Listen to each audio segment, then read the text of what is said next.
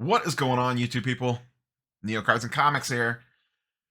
Yesterday, we had the little clip of the Fanatics / Topps terms and conditions to brick and mortar retailers.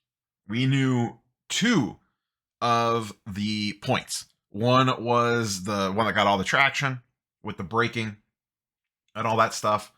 And then the other one was them requiring or having the ability to reach out and require you to provide documentation, sales information, all that sort of stuff. Well, today I have the full list. There are 4 total pages.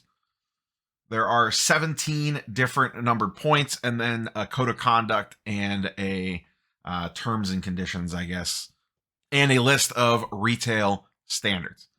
I have the agreement with all 17 points up on the screen now. I apologize for the graininess of this. I had a choice to make of make it bigger or make it smaller and clear. And I know a lot of people are on phones, so I went this way. To be honest, we didn't miss a ton. I didn't think that there's some interesting stuff in here, but there wasn't like anything as crazy as the breaking thing and the whole business to business dealer net thing. All that stuff is definitely the big takeaway from this. So I'm going to go ahead and run through these. I am not going to read this entire document to you. You could pause the video and try to do your best on it. I will, once this video goes live, I will post these on my Twitter page and probably IG. So if you want to read these in actual like clear detail, go check out Twitter or Instagram. The links are both in the description down below. Feel free to give me a follow and subscribe to the channel while you're down there.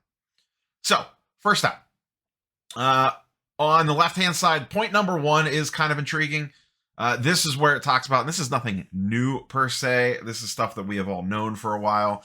It talks about them having essentially minimums and how Topps can kind of move things around anytime that they want. They have the right to change product requirements at its discretion, and Topps will endeavor to notify all accounts in advance of any changes. This was one of the biggest takeaways from all this in a couple LCSs that I talked to. Was it plays into this, but it ties into that point number 8 from yesterday down at the bottom of the left there. You know, if you want the good stuff, pick whatever you want to qualify as the good stuff is of product, you have to buy the bad stuff as well. Topps tennis, chrome, lacrosse, NBDL, whatever. The really junk product that comes out that's like 50, 60 bucks a box that you're like, who in their right mind is ripping this? Well, stores are required to take that stuff on. That's where this is talking about minimums. They are required to buy 5 cases of Topps Chrome Tennis to get Bowman Draft, Bowman whatever, or whatever any other high-end product that you want, or any other good popular product that you want that you're limited on. You have to take the bad with the good. The problem is now going forward, and this is probably the biggest repercussion of this whole thing. You know, point number 8 down there talks about business to business selling and restricting that. Essentially targeting dealer net, 100% targeting dealer net. That's what they're going after there with that point number 8 on this. And because of point number 1, where they are forced to take this product on, in the past, they, as in they, hobby shops would dump that product on dealer net they would take a loss on it. They would just eat the loss and they would move it because there'd be buyers for it out there if the price gets low enough, someone's willing to bite. Now that's not going to be an outlet for them because they can't sell that product through that channel. So now they are stuck with this product that they really don't know what to do with. No one in their store or shop wants it. They can't break it because no one wants to buy it. It breaks. They're not allowed to sell it on eBay. That is part of this. They are not allowed to sell product on eBay. That is 100% against the rules. They can't sell it on DealerNet. So now they're kind of all looking around at each other going, how are we supposed to get some minimal amount of money back out of this stuff that we don't even want? That's probably going to cut into their margins pretty drastically. So point number 1 kind of ties into point number 8. And that's really where a lot of the big rub here is what are they supposed to do with this product that nobody really wants, that Topps forces you to take to get your allocations on the other stuff. 2.2 just discusses some terms and conditions along the lines of code of conduct and what the shop has to be set up like. We'll get back to that in a second because those are 2 separate pages. 3 is just shipping to the store location. Nothing crazy there. Valid credit cards on 4. No returns, all that jazz. Pretty standard issue stuff. Quantities must be purchased in cases. That's number 5.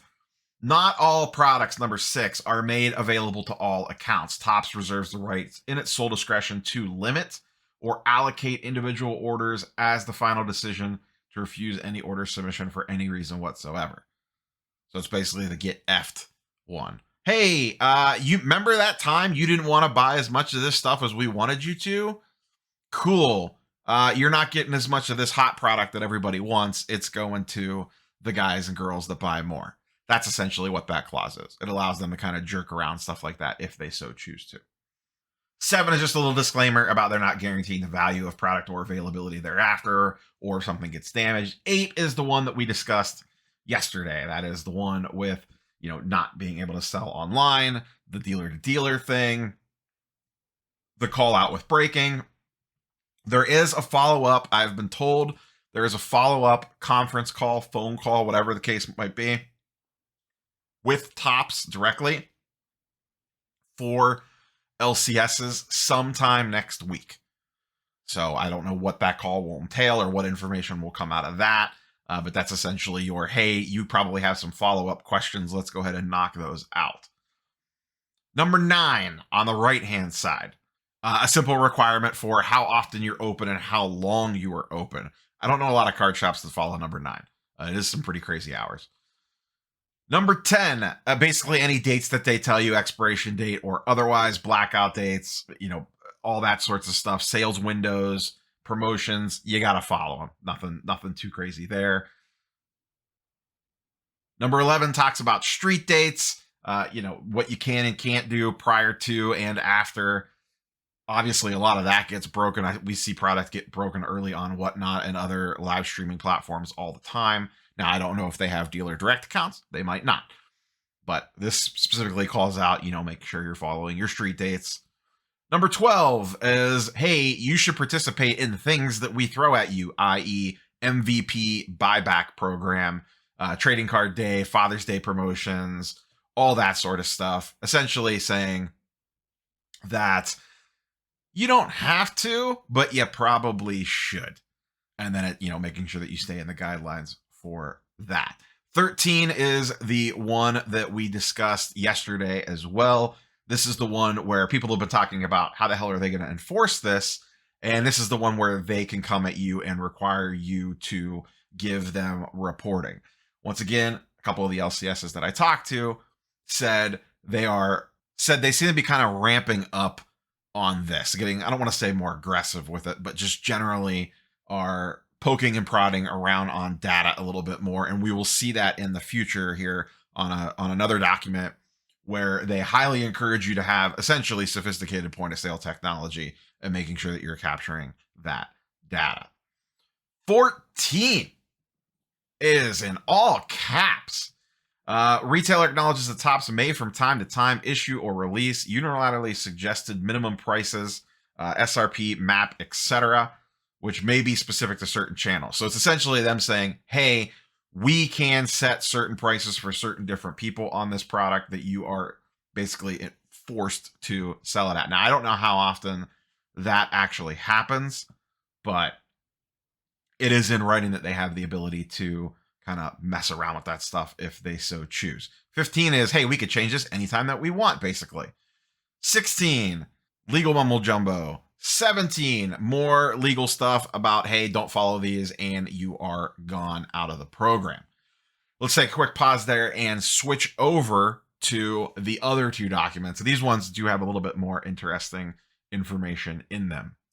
Okay, this is the code of conduct and the retail standards. Retail standards on the left, code of conduct on the right. Same thing here. I made these a little bit bigger, but it did make them a little bit blurrier.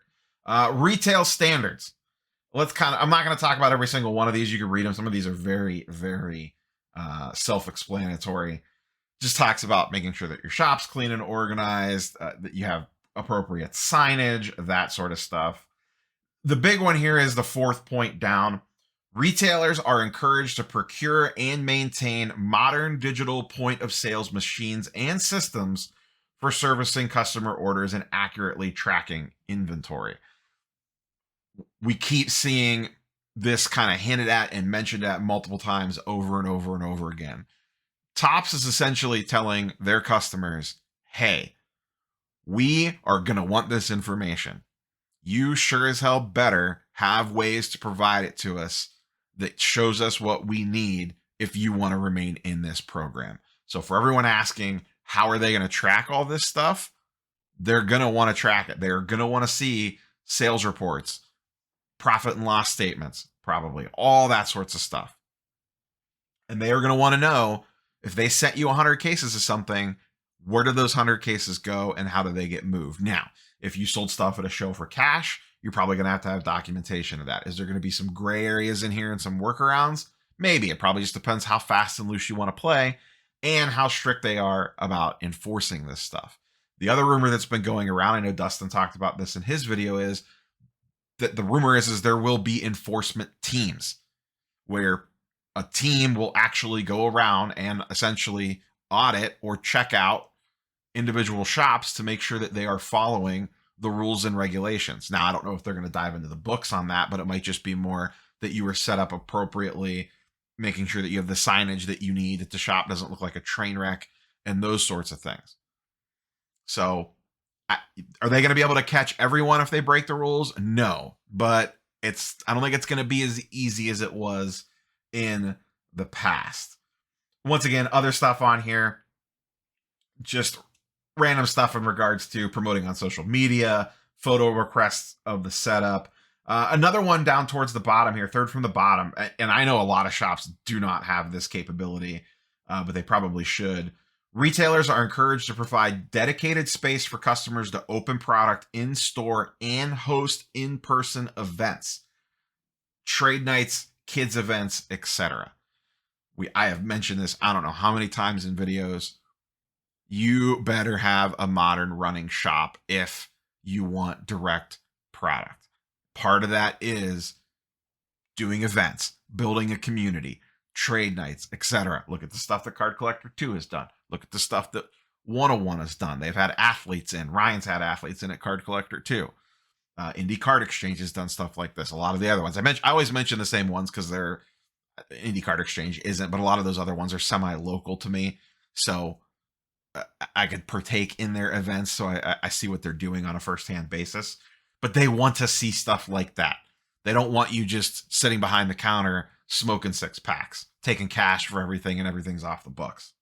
Last but not least, let's go ahead and look at the code of conduct. Nothing super, super crazy here. Don't engage in illegal activity. Maintain a professional and ethical manner. Reflect strong reputation of the Topps brand name. Perhaps some breakers should review this document.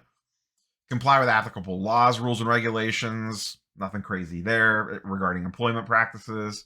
Don't discriminate against people. Treat all customers with respect and dignity. Don't violate, name call, avoid conflicts of interest. Nothing crazy. This is all pretty by the book stuff. But I think the biggest takeaway from this section is the maintain modern point of sale. Why? Because they want the data. Or you better be able to provide the data to them when they come a-calling for it. So there it is. That is the full documentation that was provided to me. There might be some other random stuff, but that seems to be pretty much the gist of it. I just wanted to share it. Like I said, I don't know that there was huge tidbits in here, just some interesting little nuggets about what the future may look like. And then, like I said, the fallout from all this definitely seems to be what is going on with breaking, because people have questions. And when I say people, I mean shop owners and consumers. Everyone's assuming a carve out for Fanatics Live or something to that effect. And what are LCSs and shops are supposed to do with this product that they are forced to take, that before they would move on DealerNet or something along those lines, that they are now, by the letter of this, not allowed to sell on. They can't throw it on eBay for 99-cent auction, take a 50% loss on it and move on and get some money back out of it. Now it's going to be stuck taking up shelf space, and that's capital that they could use to go buy the products that they really, really want. Now, in a perfect world, Fanatics / Topps, why are you printing the stuff that nobody wants? Just save the time and save the money. Yeah, sure, you make profit on it, but could you be making more money eliminating that product and putting that money towards something else? I don't know. I don't know that side of the business well enough, but that is definitely where a lot of LCSs seem to be concerned, if you will. So that's all I got for you, boys and girls. Just wanted to share the full document since we got it. We will catch you guys and girls on the next one. Peace.